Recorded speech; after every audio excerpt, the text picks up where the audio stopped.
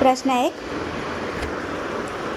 शिव सिंह सेंगर ने हिंदी कवियों का एक व्रत संग्रह कब प्रस्तुत किया? उत्तर है 1833। क्वेश्चन 2, डॉक्टर सर ग्रियर्सन के कवि व्रत संग्रह का नाम क्या है? तो ग्रियर्सन के संग्रह का नाम है the modern vernacular literature of northern Hindustan. प्रश्न 3, काशी की नागरिक प्रचारणी सभा ने पुस्तकों की खोज का काम कब से आरंभ किया? उत्तर है 1900। प्रश्न 4, मिश्र बंधुओं के कविवत संग्रह का नाम क्या है? तो है मिश्र बंधु विनोद। प्रश्न 5, मिश्र बंधु विनोद कितने भागों में प्रकाशित हुआ है? उत्तर है 3 भागों में। पहले 3 भागों में प्रकाशित हुआ 1913 में और चौथा भाग 1934 में प्रकाशित हुआ। ठीक है, तो पहले 3 भागों का और फिर चौथा भाग याद रखेंगे। प्रश्न 6, काल विभाव का नामकरण किन बातों को ध्यान में रखकर किया गया है? तो सबसे पहले तो रचनाओं की प्रचुरता और प्रसिद्धि, इन दोनों बातों को ध्यान में रखकर काल विभाजन किया है शुक्ल जी ने। ठीक है। प्रश्न 7, आचार्य रामचंद्र शुक्ल ने आदिकाल का दूसरा नाम क्या रखा? तो शुक्ल जी ने आदिकाल का दूसरा नाम रखा है विरगाथा काल। प्रश्न 8, परमाल रासों को और किस नाम से भी जाना जाता है? तो इसे आला खंड या आला के नाम से भी जाना जाता है। प्रश्न 9, आदिकाल का लक्षण निरूपण कितने ग्रंथों से किया जा सकता है? तो आदिकाल का लक्षण निरूपण है वो 12 ग्रंथों से किया जाता है। सही उत्तर है 12 ग्रंथ। ठीक है, चलिए। प्रश्न 10, मिश्र बंधु द्वारा आदिकाल में दी गई भगवत गीता कैसी रचना है? तो ये बहुत पुरानी रचना है। ठीक है, और किसके द्वारा दी गई है भगवत गीता? तो मिश्र बंधुओं के द्वारा। प्रश्न 11, आदिकाल की समय सीमा कहाँ से कहाँ तक है? तो संवत 1050 से लेके 1375। ठीक है। प्रश्न 12, पूर्व मध्यकाल का एक अन्य नाम क्या है? तो पूर्व जैसे शुक्ल जी ने आदिकाल का दूसरा नाम विरगाथा काल रखा है, वैसे ही पूर्व मध्यकाल का नाम उन्होंने भक्तिकाल रखा है। ठीक है। प्रश्न 13, भक्तिकाल की समय सीमा। भक्तिकाल की समय सीमा क्या है? तो 1375 से 1700 ईस्वी। ठीक है। प्रश्न 14, उत्तर मध्यकाल का नाम। तो उत्तर मध्यकाल का अन्य नाम क्या है? रीतिकाल। ठीक। प्रश्न 15, आधुनिक काल का नाम क्या है? तो आधुनिक काल का अन्य नाम है गद्यकाल। ठीक है। प्रश्न 16, हिंदी साहित्य का उद्भव किससे माना जाता है? तो हिंदी साहित्य का उद्भव माना जाता है प्राकृत की अंतिम अपभ्रंश अवस्था से। ठीक है। प्रश्न 17, अपभ्रंश पद्य को क्या कहते हैं? तो अपभ्रंश के पद्यों को क्या कहा जाता है? दूहा या दोहा। ठीक है। प्रश्न 18, तांत्रिक योग मार्गी बौद्ध साहित्य का सबसे पुराना नमूना। तांत्रिक योग मार्गी बौद्ध साहित्य का सबसे पुराना पता हमें कहाँ से मिलता है? तो विक्रम की 7वीं शताब्दी का अंतिम चरण, वहाँ से हमें तांत्रिक योग मार्गी बौद्धों की साहित्य का पुराना पता मिलता है। ठीक है। प्रश्न 19, देवसेन जैन ग्रंथकार कब हुए? तो देवसेन का जन्म क्या माना जाता है? संवत 990। ठीक है। प्रश्न नंबर 20, देवसेन की दोहा पुस्तक का नाम क्या है? देवसेन कृत पुस्तक का नाम क्या है जो दोहों में लिखी गई है? श्रावकाचार। तो प्रश्न नंबर 21 क्या कहता है? चरित्र काव्य में कौन से छंद प्रचलित थे? तो है सही उत्तर उसका चौपाई और दोहा। ठीक है। प्रश्न 22, 84 सिद्धों में सबसे पुराने कौन थे? सही उत्तर है सरोज वज्र, जिन्हें सरप्पा के नाम से भी जाना जाता है। ठीक है। प्रश्न नंबर 23, सिद्ध रचनाओं का संग्रह किस नाम से निकाला? तो सिद्धों ने जो वो रचनाओं का संग्रह किस नाम से निकाला? तो बौद्धगान और दोहा। ठीक है। आगे देखते हैं। प्रश्न नंबर 24, डॉक्टर विनयतोष भट्टाचार्य ने सरप्पा, ठीक है, सरप्पा का काल क्या माना है? तो उन्होंने माना है उनका जन्मकाल विक्रम संवत 690, ठीक है। प्रश्न नंबर 25, वज्रयान में महासुख किसे कहते हैं? तो वज्रयान शाखा में जो महासुख है वो शून्य में विलीन दशा को कहा जाता है, ठीक है। प्रश्न नंबर 26, गोरखनाथ के गुरु का नाम क्या है? तो गोरखनाथ के गुरु का नाम है मशेंद्रनाथ, ठीक है। प्रश्न नंबर 27, नाथों की प्रसिद्ध संख्या, जो नाथ थे उनकी संख्या कितनी थी? तो 9 नाथ थे, उनकी संख्या 9 है, ठीक है। नाथ पंथ किस परंपरा से निकला? तो नाथ संप्रदाय है वो किस परंपरा से निकला है? तो वो सिद्ध परंपरा से निकला है। सही उत्तर क्या होगा? सिद्ध परंपरा। प्रश्न नंबर 29, नाथों में नागार्जुन किस रूप में प्रसिद्ध है? तो जो नागार्जुन है उन्हें अन्य रसायनी नाम से भी जाना जाता है, ठीक है। तो नागार्जुन को क्या कहा जाता है? रसायनी। हम देखेंगे प्रश्न नंबर 30, गोरख सिद्धांत में नाद किसका अंश है? तो नाद को क्या कहा जाता है? गोरख सिद्धांत में नाद का अर्थ होता है प्राण, ठीक है। प्रश्न नंबर 31, गोरख सिद्धांत में बिंदु किसका अंश है? तो बिंदु किसका अंश है? शरीर का। तो नाद किसे कहा जाता है? नाद यानी प्राण और बिंदु यानी शरीर, ठीक है, इसे याद रखिएगा। प्रश्न नंबर 32, गोरक्ष पंथ से जुड़ी गद्य पद्य पुस्तक कौन सी है? उसका नाम क्या है? तो उसका नाम है गोरख गणेश गोष्ठी, ठीक। आगे देखेंगे प्रश्न नंबर 33, निर्गुण संतों में नाथ पंथ से कौन से शब्द लिए? तो निर्गुण संतों ने जो नाथ पंथ से कौन से शब्द लिए हैं? साखी और बानी, ठीक है। तो किससे लिए हैं? नाथ पंथ से। किन्होंने? निर्गुण संतों ने, ठीक। निर्गुण संतों की भाषा क्या है? तो निर्गुण जो संत थे उनकी भाषा कैसी थी? सदुकड़ी भाषा। और कबीर की भाषा भी सदुकड़ी थी, और जिसे पंचमहल खिचड़ी भी कहा गया है। पंचमहल खिचड़ी किसने कहा था? श्याम सुंदर दास जी ने। प्रश्न नंबर 35, किस रासो ग्रंथ में रसायन शब्द बार बार आया है? तो जो रसायन शब्द है सबसे पहले वो कहाँ मिलता है? तो विशलदेव रासो में मिलता है। और कहाँ बार बार आया है? तो विशलदेव रासो में ही आया है, ठीक है। प्रश्न नंबर 36, साहित्यिक प्रबंध के रूप में सबसे प्राचीन ग्रंथ है? तो साहित्यिक प्रबंध के रूप में जो सबसे प्राचीन ग्रंथ है वो कौन सा माना जाता है? पृथ्वीराज रासो। प्रश्न 37, वीरगीत की सबसे पुरानी पुस्तक? तो सबसे पुराना वीरगीत और सबसे पुरानी पुस्तक कौन सी है? विशलदेव रासो, ठीक है, इसे वीरगीत भी कहा जाता है, ध्यान रखिएगा। खुमान रासो का आधार किस राजा पर है? ठीक है, तो रावल खुमान जो चित्तौड़गढ़ के हैं, ठीक है, उनकी कथा इसमें वर्णित है। प्रश्न 29, विशलदेव रासो के कवि है? विशलदेव रासो के कवि कौन है? नरपति नाल, ठीक है। प्रश्न 40, 12 से 72 का अर्थ होता है, क्या होता है? संवत 1212। प्रश्न नंबर 41, हिंदी के प्रथम महाकवि कौन है? चंदवरदाई, ठीक है। प्रश्न नंबर 42, चंदवरदाई का महाकाव्य कौन सा है? तो वो है पृथ्वीराज रासो, ठीक है। प्रश्न नंबर 43, पृथ्वीराज रासो में कितने समय या सर्ग है? तो वो है 69, ठीक है। और पृथ्वीराज रासो को पूरा किसने किया था? तो जलहन ने किया था, ठीक है। और जलहन किसके पुत्र हैं? चंदवरदाई के पुत्र हैं, ठीक। प्रश्न नंबर 45, पृथ्वीराज रासो के प्रमुख छंद कौन कौन से हैं? तो जो पृथ्वीराज रासो लिखा गया उसमें कौन कौन से छंद प्रमुख थे? कवित्व, दोहा, तोमर, त्रोटक, गाथा, आर्य, छप्पर, ठीक है। आगे जानते हैं। प्रश्न नंबर 46, परमाल रासो के लेखक कौन है? तो परमाल रासो किसने लिखा है? जगनीक ने। प्रश्न नंबर 47, आला उदल किस राजा के सामंत थे?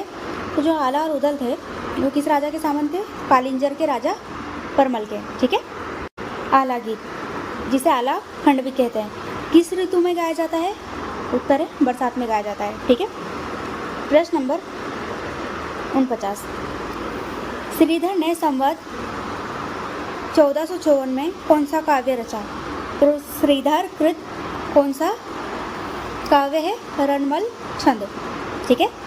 प्रश्न नंबर 50, रणमल छंद में किसकी विजय का वर्णन है? ईडर के राठौड़ रणमल की। ठीक है। प्रश्न नंबर 51, अमीर खुसरो की मृत्यु, तो अमीर खुसरो की मृत्यु कब हुई? संवत 1381। ठीक है। प्रश्न 52, अमीर खुसरो किस रचनाओं के लिए प्रसिद्ध है? तो अमीर खुसरो पहेलियाँ और मुकरियों के लिए प्रसिद्ध है। ठीक है। विद्यापति की उपाधि, विद्यापति को क्या कहा जाता है? तो मैथिल कोकिल भी कहा जाता है, ध्यान रखिएगा। विद्यापति की, प्रश्न नंबर 54, विद्यापति की पदावली की भाषा, तो जो विद्यापति की पदावली है उसकी भाषा क्या है? मैथिली। ठीक है। प्रश्न नंबर 55, लीलाओं का कीर्तन किस भक्ति का अंग है? तो जो लीलाओं का कीर्तन कृष्ण भक्ति में किया जाता था, कृष्ण की लीलाओं का वर्णन। ठीक है, कृष्ण भक्ति में मिलता है। प्रश्न नंबर 56, धर्म का प्रभाव किन धाराओं में है? धर्म का प्रभाव किन धाराओं में है? कर्म, ज्ञान और भक्ति। ये बहुत ज़रूरी है, एग्जाम में आता ही आता है। ठीक है। धर्म का प्रभाव कौन कौन सी धाराओं में? धर्म, कर्म, ज्ञान और भक्ति। ठीक। प्रश्न नंबर 57, भक्ति शाखा की विशेषता, तो राम भक्ति शाखा की विशेषता है, तो राम भक्ति शाखा में जो भक्ति थी वो विकृत नहीं थी। ठीक है। प्रश्न नंबर 58, सगुण भक्ति पदों की भाषा ब्रज, नामदेव की निर्गुण वाणी की भाषा क्या है? क्या थी? खड़ी बोली और सदोगड़ी। ठीक है। प्रश्न नंबर 59, निर्गुण मार्ग के प्रवर्तक, जो निर्गुण मार्ग के प्रवर्तक थे उनका नाम क्या है? कबीरदास। प्रश्न नंबर 60, कबीर ने रामानंद से क्या ग्रहण किया था? तो जो कबीर है उन्होंने रामानंद से अद्वैतवाद की स्थूल बातों और राम नाम ग्रहण किया था। ठीक है। प्रश्न नंबर 61, कबीर ने वैष्णव से कौन से सिद्धांत लिए? कबीर ने वैष्णवों से कौन से सिद्धांत लिए थे? अहिंसावाद और प्रपत्तिवाद। ठीक है। प्रश्न 62, कबीर के वचनों में किस प्रकार का भाव है? तो अद्वैतवादी और एकेश्वरवादी। ठीक है। प्रश्न नंबर 63, रैदास की जाति, तो रैदास की जाति क्या थी? चमार जाति के थे वो। ठीक है। प्रश्न नंबर 64, रैदास के कितने पद आदि गुरु ग्रंथ साहिब में संकलित है? तो कितने पद संकलित है? 40। ठीक है। प्रश्न नंबर 65, दादू पंथ की स्थापना, दादू पंथ की स्थापना किसने की थी? दादू दयाल ने। दादूपंथी अभिवादन क्या है? तो दादूपंथी अभिवादन है सत्तराम। ठीक है। प्रश्न नंबर 67, अक्षर अनन्य के प्रसिद्ध शिष्य का क्या नाम था? तो उनका नाम था छत्रसाल। ठीक है। प्रश्न नंबर 68, जायसी की 3 प्रसिद्ध कृतियाँ, तो जायसी की 3 प्रसिद्ध कृतियाँ कौन कौन सी है? पद्मावत, अखरावट और आखिरी कलाम। ठीक है, आगे जानते हैं। प्रश्न नंबर 69, जायसी की पद्मावत की हस्तलिखित प्रतियाँ किस लिपि में है? तो कौन सी लिपि में है? फारसी लिपि में। प्रश्न नंबर 70, उस्मान जिन्होंने चित्रावली नामक रचना लिखी है, चित्रावली। ठीक है। किस बादशाह के समय के हैं? तो जहांगीर के समय के हैं। ठीक। चलिए 71, उस्मान ने चित्रावली कब लिखी? तो 1613 में लिखी। ठीक है। 72, नूर मोहम्मद ने संवत 1801 में कौन सा आख्यान लिखा? इंद्रावती। प्रश्न नंबर 73, रामानंद शिष्य परंपरा की योग साधना किस शाखा में है? तो शाखा का नाम क्या है? तपसी शाखा। 74, तुलसीदास ने काव्य भाषा में कौन से 2 रूप प्रचलित पाए? तो तुलसीदास जी की जो काव्य रचना है उसमें कौन कौन सी भाषाएं प्रमुख है? तो कौन सी है? ब्रज और अवधी।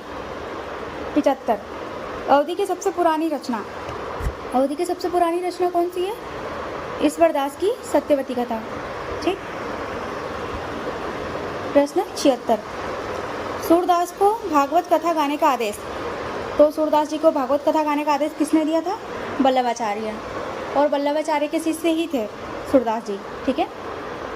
77, साहित्य लहरी के अनुसार सूरदास का जन्मकाल, जो साहित्य लहरी के अनुसार है सूरदास जी का जन्मकाल संवत 1540 के लगभग माना जाता है।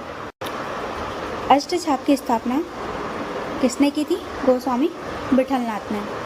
प्रश्न नंबर 69, सूर सागर का सबसे मर्मस्पर्शी अंश कौन सा है? तो सूर सागर का सबसे मर्मस्पर्शी अंश है भ्रमर गीत। प्रश्न नंबर 80, किस कवि पर कहावत है और कवि गड़िया नंददास जड़िया? तो यहाँ साफ साफ लिखा है नंददास, तो नंददास के ऊपर कहा गया है कि और कवि गड़िया नंददास जड़िया। ठीक है। नंददास की प्रसिद्ध पुस्तक जो रोला छंद में लिखी गई है कौन सी है? सही उत्तर है रास पंचाध्यायी। प्रश्न नंबर 82, मीराबाई की उपासना कौन से भाव की थी? माधुर्य भाव की थी। प्रश्न नंबर 83, मीराबाई के 4 ग्रंथ कौन से हैं?